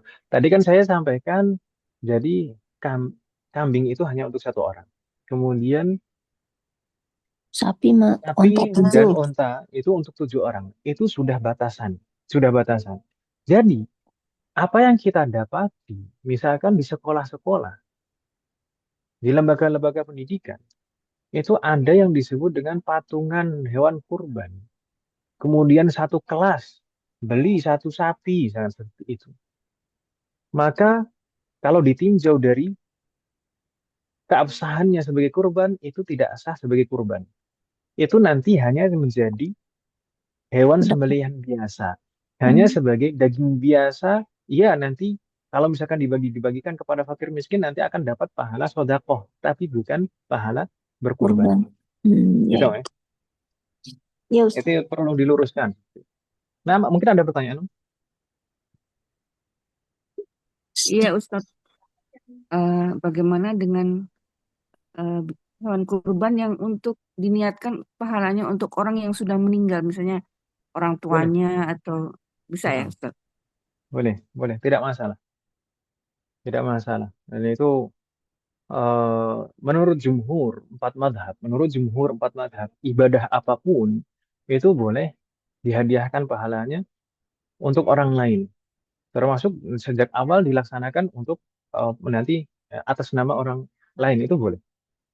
Maksudnya, misalkan orang yang meninggal, kerabat kita yang telah meninggal gitu, itu boleh. Tokan Allah aja. Memang Baik, ada baik. beberapa ibadah tertentu yang harus mendapatkan izin dari yang bersangkutan, itu ada ibadah-ibadah tertentu. Tapi kalau eh, nah, ibadah kurban ini masuk kategori. Kalau- Tapi Afan, yang meninggal ini pernah berwasiat tidak? Tidak, misalnya tidak gitu. Hanya karena kita aja mau, misalnya gitu, niat dari kita aja gitu, bukan dari yang bersangkutan tidak pernah mewasiatkan. Nah, kalau dalam mazhab Syafi'i ya, nanti mungkin bisa mengambil pendapat mazhab yang lain. Yaitu kalau di dalam mazhab Syafi'i, kalau masalah kurban itu harus mendapatkan izin dari eh, yang bersangkutan yang meninggal. Maksudnya misalkan sebelum meninggal itu pernah berwasiat, nanti setelah saya meninggal siapapun yang mau berkurban atas nama saya maka saya izinkan, saya perbolehkan. Nah, itu wasiat. Tapi kalau misalkan tidak maka tidak juga. Itu kalau di dalam mazhab Syafi'i. Kalau di dalam mazhab yang lain boleh. Mau mazhab Hanafi itu boleh. Hanafi boleh. Gitu, Mas. Boleh melaksanakan kurban untuk yang sudah meninggal meskipun tidak berwasiat. Apa no? Saya minta maaf. Agak-agak lupa. Nah, ada lagi pertanyaan yang lain?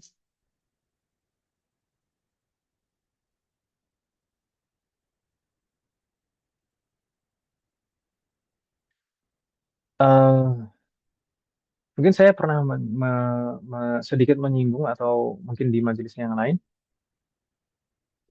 terkait dengan sebenarnya kalau kita melaksanakan hewan kurban dan kita sembelih sendiri itu tidak masalah, itu jauh lebih simpel dari segi hukum fikih. Dari segi hukum fikih itu lebih simpel. Kita beli hewan kurban sendiri, kita sembelih sendiri, kita potong-potong sendiri, bagi-bagi sendiri. Itu lebih simpel. Tapi kalau misalkan kebanyakan kita kan tidak seperti itu. Nanti ya, berbeda halnya dengan kebiasaan-kebiasaan di Timur Tengah, gitu kan. Di Timur Tengah, menyembelih hewan kurban tinggal sembelih sendiri di depan rumah kan. Tapi kebanyakan dari kita itu menitipkan ke panitia-panitia kurban, baik di musola-musola, masjid-masjid, atau di lembaga-lembaga seperti itu kan Ibu Senen, ya. Maka eh, kalau bisa, tidak ada salahnya kita memastikan panitianya itu betul-betul paham fikih, terutama fikih kurban, kemudian fikih wakalah, eh, dan amanah. Karena itu nanti akan berkaitan dengan, bisa jadi akan berkaitan dengan sah tidaknya kurban kita. Bisa jadi akan berkaitan dengan sah tidaknya kurban kita. Dan bisa jadi juga akan berkaitan dengan eh, dosa, ya, dosa. Jadi kadang-kadang itu panitia itu kalau tidak paham fikih itu bukan dapat pahala tapi malah dapat dosa. Semoga Allah memberikan taufik pada kita semua. Nah, karena misalkan sapi kalau misalkan sapi itu maksimal untuk 7 orang, maka 7 orang itu harus bagiannya sama persis. Nggak boleh beda. Misalkan kalau misalkan patungannya itu 3 juta, ya semuanya 3 juta untuk satu sapi itu. Satu sapi. Itu kalau semua salah satu 3 juta, maka semuanya harus 3 juta, tujuh tujuh. Nggak boleh misalkan yang salah satu itu 3 juta, yang satu lagi 3,2, yang satu lagi 2,8. Gitu. Meskipun nanti kalau di total jumlahnya sama saja, tapi tidak seperti itu. Kita sekarang tidak sedang yang penting jumlahnya. Tidak, yang penting nilai harganya sapi itu berapa. Tidak. Tapi ketentuan sapi itu hanya untuk 7 orang dan 7 orang itu bagiannya sama. Itu ya usulnya. Semoga Allah memberikan taufik kepada kita semua. Kemudian, belum lagi nanti mungkin terkadang kita mendapati panitia itu mencampur semua dana dan membelanjakan dengan apa fleksibel sesuai dengan keinginan mereka. Seharusnya, seharusnya panitia itu memastikan betul-betul dana milik 7 orang itu berapa dan dibelikan sesuai dengan dana itu sapi yang sesuai harganya. Dan kalau misalkan ada perbedaan harga, selisih harga, karena di pasaran kadang misalkan tidak ditemukan harga sapi yang betul-betul sama seperti dana yang ada. Misalkan dana yang terkumpul adalah 21 juta, karena satu orang 3 juta misalkan, maka terkumpul dana 21 juta. Terkadang ada sapi yang di pasaran itu tidak ada yang betul-betul 21. Ada yang lebih, ada yang kurang. Misalkan. Ada yang harganya 23 misalkan. Ada juga yang kurang, ukurannya lebih kecil. Ada yang cuma 19 misalkan. Maka dalam kasus seperti itu, panitia tidak boleh dan tidak berhak dengan seenaknya mencampur-campurkan uang dari masing-masing kelompok 777 tadi. Maka tidak bisa misalkan nanti kalau dana yang satu tadi cuma 21, sedangkan sapinya harganya 23 misalkan. Oh, kita ambilkan saja dari dana kelompok 7 orang yang lain untuk menggenapi yang 23 ini. Sehingga terbeli sapi yang 23 juta. Kemudian uh, sedangkan yang 7 kelompok tadi, 7 orang tadi, yang diambil uangnya itu kan tersisa 19 juta. Akhirnya dibelikan sapi yang lebih kecil ukuran. Maka itu tidak boleh seperti itu. Tidak boleh. Tidak bolehnya. Kenapa? Pertama, sapi yang 23 juta itu nanti tidak sah sebagai kurban. Sapi yang 23 juta itu harganya 23 juta nanti akan tidak sah sebagai kurban. Kenapa? Karena kan maksimal maksimal sapi itu untuk 7 orang. Kalau sudah kasus tadi, itu akan lebih dari 7 orang dan tidak jelas kelebihan 20 apa kelebihan 2 juta tadi kan 21 ditambah 2 juta nah, 23. Kelebihan 2 juta itu statusnya milik siapa? Milik 7 orang dari kelompok kedua. Ya kan Ibu Selani? Maka maka yang seperti itu tidak sah sebagai kurban. Kurban maksimal untuk 7 orang. Maka seperti itu harus dikomunikasikan. Panitia itu harus aktif komunikasi dengan mudahi, dengan yang berkurban, orang-orang yang berkurban itu. Misalkan ini sapi harganya adanya yang di pasar 23 misalkan. Ini bagaimana? Apakah ditambah iurannya atau bagaimana? Harus dikomunikasikan. Kemudian yang 19 juta tadi, harga sapinya dapatnya 19 juta tadi. Sisa 2 juta tadi, itu adalah hak 7 orang 7 orang kelompok yang kedua. Itu kalau diambil tanpa izin, maka itu adalah kezaliman. Dan bahkan kalau misalkan sisa, misalkan semuanya sudah terbeli hewan kurban, terus kemudian tersisa hanya satu kelompok sapi ini, ada uang 21 juta, tapi sapinya yang ada di pasar yang 19 juta, ada sisa 2 juta. Ini adalah hak 7 orang tadi. Nggak boleh digunakan oleh panitia seenaknya. Kadang-kadang panitia, oh ini kan kita sebagai panitia, kita sudah capek, sudah meluangkan waktu kita, tenaga kita, pikiran kita. Maka kita berhak untuk uang itu. Enggak, panitia itu statusnya sebagai wakil. Wakil itu tidak boleh seenaknya memutuskan keputusan, melakukan tindakan tanpa seizin yang memberikan amanah. Maka kalau misalkan ada uang sisa, ya harus diberitahukan kepada 7 orang tadi. Nanti jadinya bagaimana? Apakah mau dikembalikan dengan 2 juta itu dibagi 7 orang? Atau mau disodakohkan? Atau sebagian ada yang merelakan, ada sebagian yang mau mengambil. Maka itu harus dikomunikasikan dengan mudahi, orang yang berkurban. Belum lagi terkadang eh, panitia itu tidak menyampaikan secara jelas biaya pelaksanaan penyembelihan hewan kurban. Karena terkadang di awal itu hanya disebutkan, oh biaya sapi 3 juta, biaya sapi 3 juta untuk nanti 7 orang masing-masing 3 juta. Dan di sana tidak diberitahu biaya pengelolaan, tidak diberitahu biaya pelaksanaan pemotongan hewan kurban. Oh, bahwasanya panitia butuh biaya, misalkan seperti itu, untuk beli plastik, untuk tukang jagal dan lain-lain.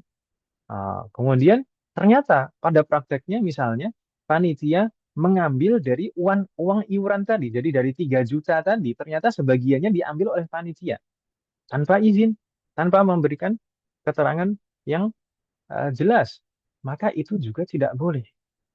Karena mudhahi, orang yang berkurban tadi, ketika memberikan uang 3 juta, taunya 3 juta itu ya untuk hewan kurban, beli hewan kurban. Kalau seandainya dari 3 juta itu ada yang diambil untuk panitia, maka pertama itu bentuk kezaliman dan haram. Haram karena panitia itu dan segala atau setiap orang yang berkecimpung dalam proses penyembelihan hewan kurban itu tidak boleh mengambil upah dari hewan yang dikurbankan. Tidak boleh mengambil upah dari hewan yang dikurbankan. Misalkan penjagal, orang tukang jagal yang menyembelih, atau siapapun yang motong-motong daging, yang eh, me- mendistribusikan daging-daging itu, maka tidak boleh mengambil upah dari hewan kurban itu. Kalau statusnya sebagai upah, ya. Kalau statusnya sebagai upah maka tidak boleh. Kalau statusnya sebagai hadiah atau sebagai sodakoh maka boleh. Tapi kalau statusnya sebagai upah maka tidak boleh. Semoga Allah memberikan taufik kepada kita semua. Ya termasuk misalkan eh, kalau kita lihat misalkan di beberapa lembaga itu ketika proses penyembelihan hewan kurban, terus nanti panitia ini bukan termasuk orang yang berhak mendapatkan sodakoh misalkan. Ternyata panitia tanpa izin dari mudhahi, dari orang yang berkurban, itu tanpa izin dari mereka kemudian mereka memasaknya, memasak hewan kurban, dagingnya itu sebagian dimasak untuk mereka makan-makan. Ini harusnya ada izinnya, ada izinnya. Mereka wakil, tidak boleh seenaknya seperti itu. Ada izinnya, maka status yang dimasak hewan apa kurban, astagfirullah. Status daging yang dimasak itu nanti sebagai apa? Sebagai apakah sebagai sedekah atau sebagai hadiah? Kalau mereka para panitia itu orang-orang yang mampu ya sebagai hadiah berarti. Kalau misalkan eh, mereka termasuk fakir miskin maka sebagai sedekah. Tapi tidak boleh mereka menganggap dan beranggapan bahwasanya mereka berhak sebagai upah. Mereka berhak mengambil daging itu sebagai upah, maka itu tidak boleh haram. Begitu Ibu sekalian. Semoga Allah memberikan taufik kepada kita semua.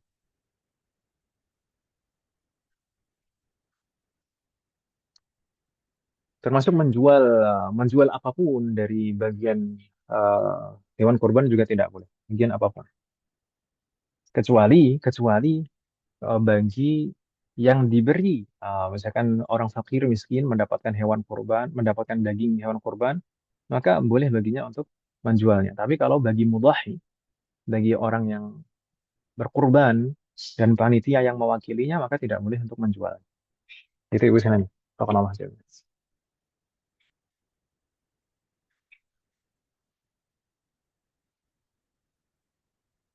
Yang agak merepotkan terkadang selama ini, tapi ibu-ibu ada yang menjadi panitia korban ibu saya. Eh, yang agak merepotkan selama ini mungkin kulit, ya.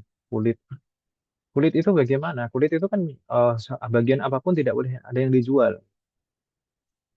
Sedangkan kebanyakan orang tidak bisa mengolah kulit. Kalau dikasih fakir miskin, kalau dikasih ya bingung mau diapakan. Maka ada jalan keluar. Ada jalan keluar. Bagaimana?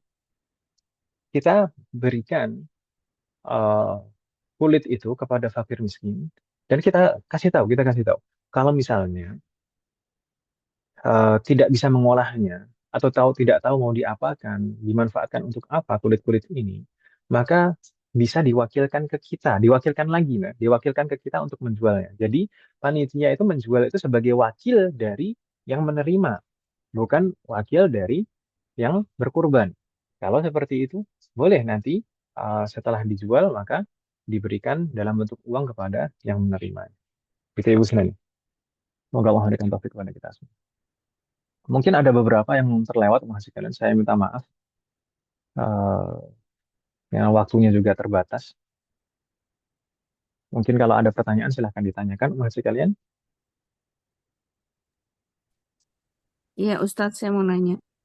Nah, Eh, Kalau ibadah kurban itu kan sudah ditentukan untuk siapa aja yang berhak untuk menerima kurban.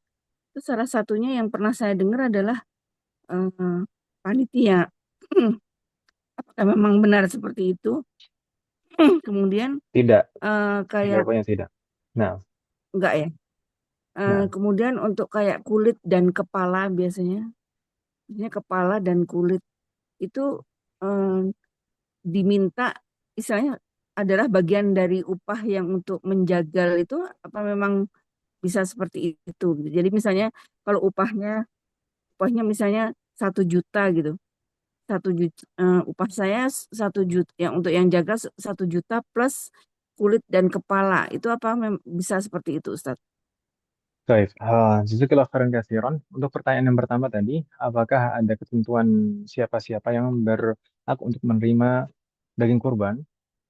Sebenarnya sebagaimana saya sampaikan tadi, eh, jadi daging kurban itu eh, tidak harus semuanya disedekahkan. Boleh kita mengambil sebagiannya untuk makan sendiri, dan boleh juga kita mengambil sebagiannya untuk dihadiahkan. Gitu ya. Tapi kalau misalkan tidak ada yang disedekahkan sama sekali, maka itu tidak boleh. Harus ada sebagian yang disedekahkan. Kalau misalkan semuanya dihadiahkan, dalam artian yang menerima itu adalah orang-orang yang mampu, orang kaya, maka tidak boleh. Eh, karena di sana wajib harus ada sebagian yang disedekahkan. Jadi sebenarnya tidak ada batasan orang siapapun. Dan tidak seperti zakat. Kalau sodakoh itu yang apa? Kalau di sini sodakoh dengan daging kurban itu yang penting fakir miskin. Yang penting fakir miskin. Harus ada yang diberikan kepada fakir miskin. Sedangkan panitia kurban itu bagaimana?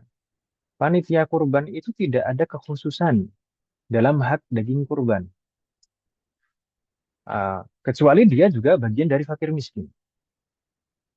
Mungkin kalau dia bukan fakir miskin atau orang yang mampu, maka boleh bagi mudhahi, bagi orang yang berkurban, nanti memberikan sebagian daging itu sebagai hadiah, bukan sebagai sodakoh, juga bukan sebagai upah, gitu ya.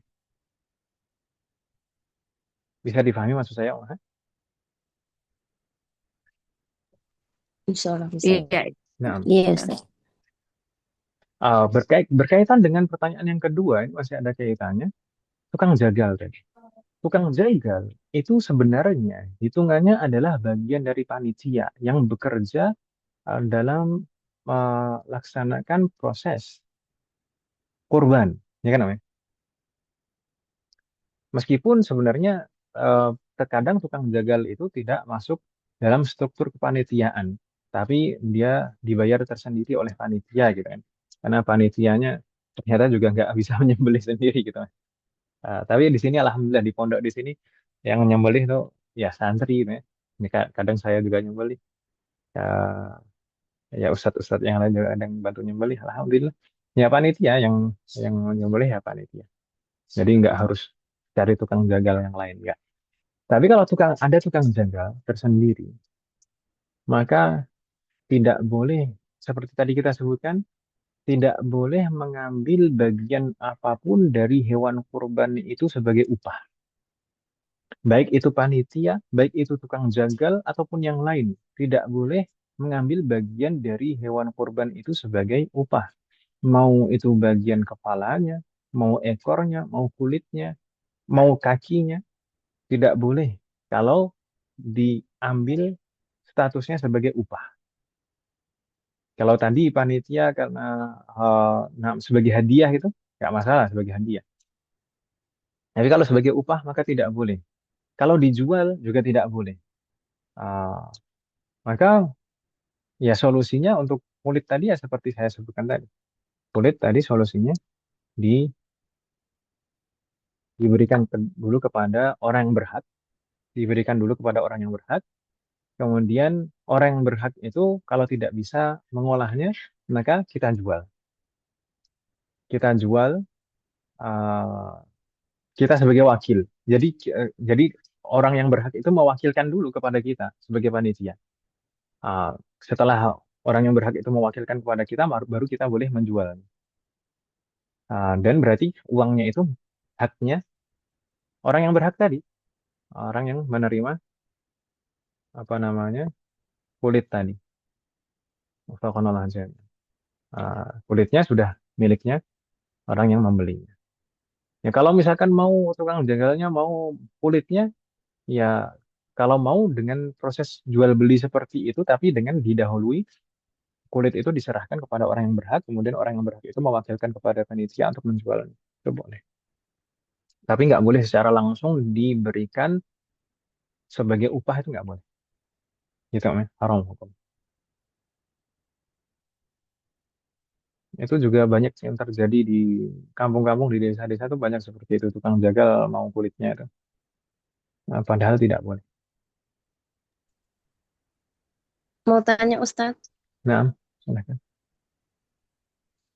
untuk penyerahan kepada panitia Ustadz, misalkan panitia itu nggak melaporkan habisnya berapa-berapa, kita nggak tahu sisanya berapa, apakah kita kurbannya sah?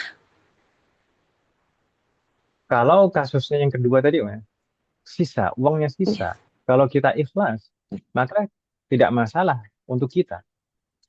Yang bermasalah adalah panitia, dia zalim dan memakan harta haram. Itu kalau uangnya sisa.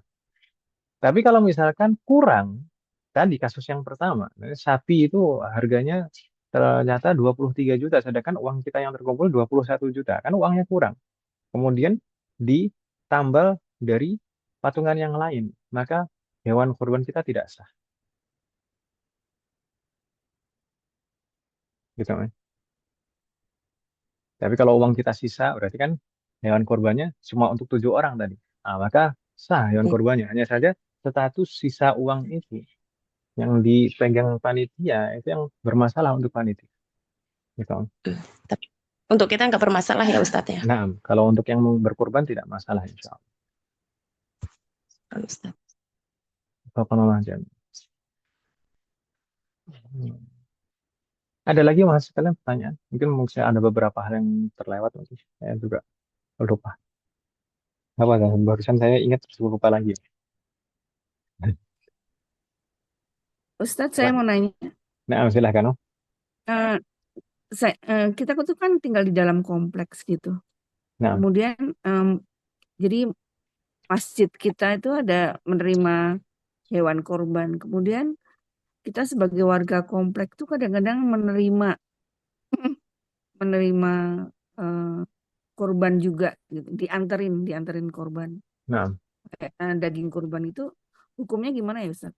Apakah kita tidak berhak masalah. menerima ataukah Tidak nggak ada masalah. masalahnya? Oke. Tidak masalah, halal insya Allah. Hanya saja kalau kita sebagai orang yang mampu itu statusnya sebagai hadiah. Hadiah, bukan bukan sodakoh. Gitu, kan. Sodakoh itu kalau diberikan kepada fakir miskin. Kalau kita sebagai orang yang mampu menerimanya, maka itu statusnya hadiah. Nah, Ya, ya, baik-baik. nah.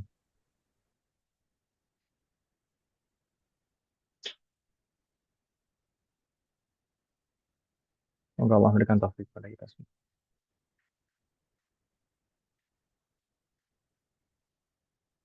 Eh, Panitia itu harus komunikatif. Panitia itu harus komunikatif dengan eh, orang-orang yang berkorban. Apalagi kalau kaitannya dengan sunnah-sunnah, di antara sunnah berkorban itu kan tidak memotong rambut dan kuku sejak tanggal 1 Zulhijjah. Sampai kapan? Sampai hewannya disembelih. Jadi harusnya segera memberitahu kalau hewannya sudah disembelih ini, Bu, Pak, ini hewannya sudah disembelih, ya segera memberitahu supaya ini kalau misalkan mau potong kuku, potong rambut itu sudah bisa. Ya. Terkenal aja. Dan di sana juga ada sunah-sunah yang lain mungkin terkait orang yang menyembelih, seperti tadi sempat kita singgung sekilas, saat menyembelih itu disunahkan untuk menghadap kiblat, kemudian membaca basmalah, membaca takbir, membaca sholawat. Itu di antara sunah-sunah saat menyembelih. Terkenal. Ada pertanyaan lagi mas sekalian? Kalau tidak ada mungkin kita coba. Saya minta maaf mas sekalian. Ternyata sudah hampir jam 10 nih. Tidak terasa. Saya minta maaf. Lah, Bas Ustaz. Ada pertanyaan mungkin sebelum kita cukupkan?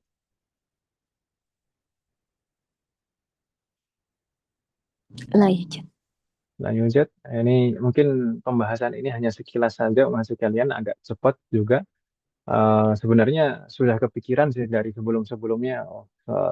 Semoga Allah memberikan kemudahan nanti bisa membahas fikih kurban gitu.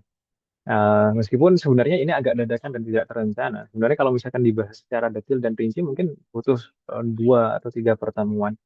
Tapi mungkin kedepannya semoga Allah memberikan kemudahan kita bisa membahasnya lebih detail lagi dan rinci. Adapun saat ini mungkin sudah kita cukupkan saja dengan pembahasan ini kan Ibu Selen ya. Karena kemarin juga Bu Anita kebetulan mengingatkan waktu di kelas bahasa Arab. Sebenarnya mengingatkannya dengan isyarat, Bu Anita kemarin tanyanya fikih kurban itu panjang nggak sih Ustaz? Itu? Saya paham maksudnya nih. Kalau di kalau Iya, dibahas Ustaz. gimana? Ya alhamdulillah malam hari ini kita bisa membahasnya. Alhamdulillah. Dan alhamdulillah juga nampaknya saya lihat tadi daftar mudhahi Bu Anita masuk daftar yang berkurban di pondok sini. Alhamdulillah semoga semoga Allah menerima kurbannya dan Amin. menjadi catatan amal baiknya. Mungkin umahat yang lain ini bukan saya promosi. Gak Tapi apa-apa, kalau, Ustaz. kalau misalkan umat yang lain nih ingin berkorban di sini juga, nanti eh, dipersilahkan. Insya Allah di sini amanah dan yang melaksanakan itu panitianya santri-santri semuanya yang sudah belajar fikih kurban dan juga dibimbing langsung oleh ustadz-ustadz yang juga paham fikih kurban. Jadi kalau ada masalah-masalah, insya Allah ada solusinya, insya Allah. Semoga Allah memberikan taufik pada kita semuanya. Dan semoga Allah memberikan taufik pertolongan, kemudahan kepada kita untuk bisa berkorban tiap tahun. Amin. Ada pertanyaan masih kadang mungkin sebelum kita tutup? Cukup, Ustaz. Baik, kalau misalkan tidak ada pertanyaan, maka kita cukupkan. Semoga apa yang kita bahas dan pelajari malam hari ini bermanfaat dan barokah. Semoga Allah selalu memberikan taufik kepada kita semuanya agar kita bisa mengamalkan setiap ilmu yang kita pelajari. Semoga Allah selalu memberikan taufik, kemudahan, keberkahan, kesabaran, serta keistiqomahan dalam proses belajar kita. Semoga semoga Allah selalu memberikan taufik dan hidayah kepada kita semuanya, demikian juga kepada orang-orang yang kita sayangi. Semoga Allah selalu melindungi kita semuanya dan juga orang-orang yang kita sayangi dimanapun berada. Jika di antara kita ada yang sakit atau kerabat kita atau keluarga kita ada yang sakit, semoga segera diberi kesembuhan oleh Allah Subhanahu wa taala. Semoga Allah menjadikan kita semuanya termasuk hamba yang soleh dan solehah dan bertakwa kepadanya. Semoga Allah menjadikan keluarga kita dan anak keturunan kita termasuk hambanya yang soleh dan solehah dan bertakwa kepadanya. Dan semoga terlahir dari mereka generasi ulama. Semoga Allah selalu melindungi negara kita dan memperbaiki kondisi negara kita. Semoga Allah memberikan pemimpin yang terbaik untuk negara kita dan memperbaiki pemimpin-pemimpin kita. Semoga Allah mengampuni semua dosa-dosa kita dan menerima semua amal ibadah kita. Semoga Allah mengampuni semua dosa orang tua kita dan guru-guru kita dan menerima semua amal ibadah mereka. Semoga Allah selalu memberikan taufik kepada kita semuanya agar kita bisa senantiasa ridho, sabar dan bersyukur atas semua ketetapan dan ketentuan Allah Subhanahu wa taala. Semoga Allah memberikan kepada kita semuanya husnul khatimah. Wassallallahu ala nabiyina Muhammad wa ala alihi wa sahbihi ajma'in. Subhanakallahumma wa bihamdik asyhadu an la ilaha illa anta astaghfiruka wa atubu ilaik. Wassalamualaikum warahmatullahi wabarakatuh. Waalaikumsalam Waalaikumsalam. warahmatullahi wabarakatuh. Ustaz, barakallahu fikum.